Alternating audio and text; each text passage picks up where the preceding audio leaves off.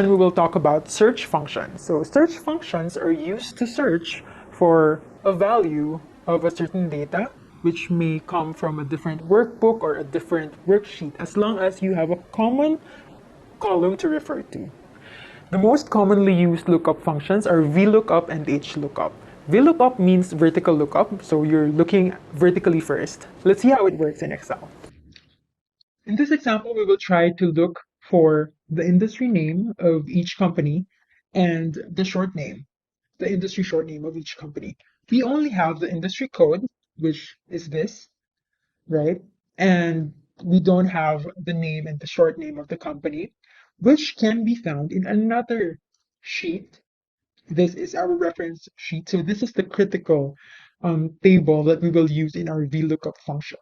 Okay, so in order for us to look for the industry name, we will use VLOOKUP and then look for this. Where should we look? We will look here.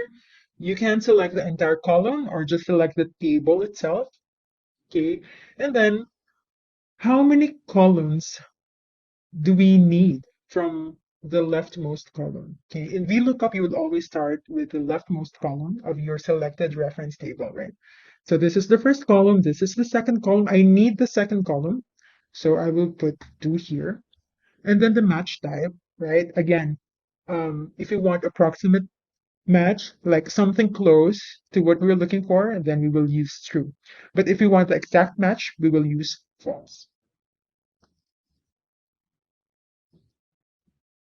So PF, we found out that this is financial institution based on our VLOOKUP, right? Let's try this in PT. PT is telecommunication, just to check. We look back here. PT is telecommunication. Yes, that's true. Okay, that's how we do VLOOKUP. We will try this in this short name. So short name now in our reference table, short name, industry short name is on the third column.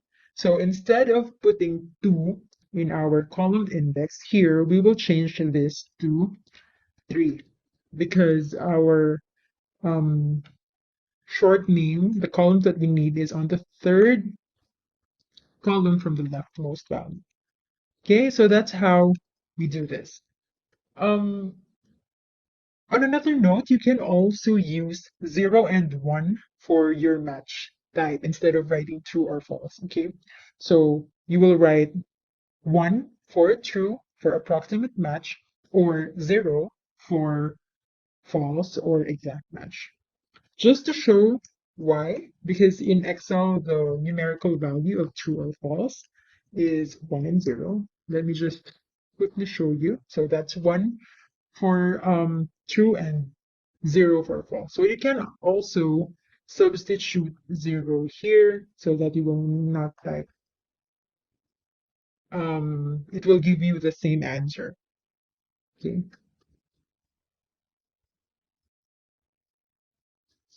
That's it. Now we will take a look at each lookup. This works as you are looking horizontally first and then looking at the rows from top to bottom. Let's see how it works. So this is our reference table for each lookup. Let's say we want to show the total revenue for BDO Unibank using HLOOKUP function.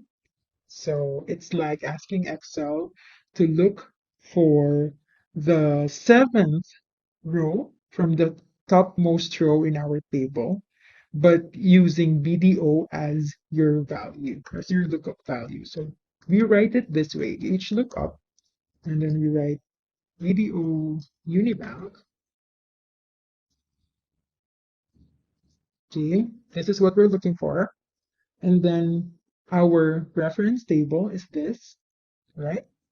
And then we write 7 for our row index number. 7 because the total revenue is on the 7th row if you count from the topmost row. Okay. And then again, the match type, it's either true or false. We want the exact match, which is false. So this is our total revenue for BDO Unibank. We'd also try 2017 revenue of Nestle Philippines using Lookup as well. So 2017 is on the fourth row from your topmost row, and we want this Nestle Philippines Incorporated, right? So we will try to do it again. Lookup Nestle Philippines.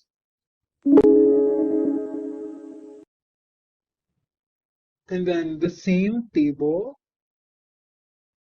but instead of writing 7, since we want 2017, that's on the fourth row. So we write 4 and then the match type. So we have found this. This is our value for the 2017 revenue of Nestle Philippines using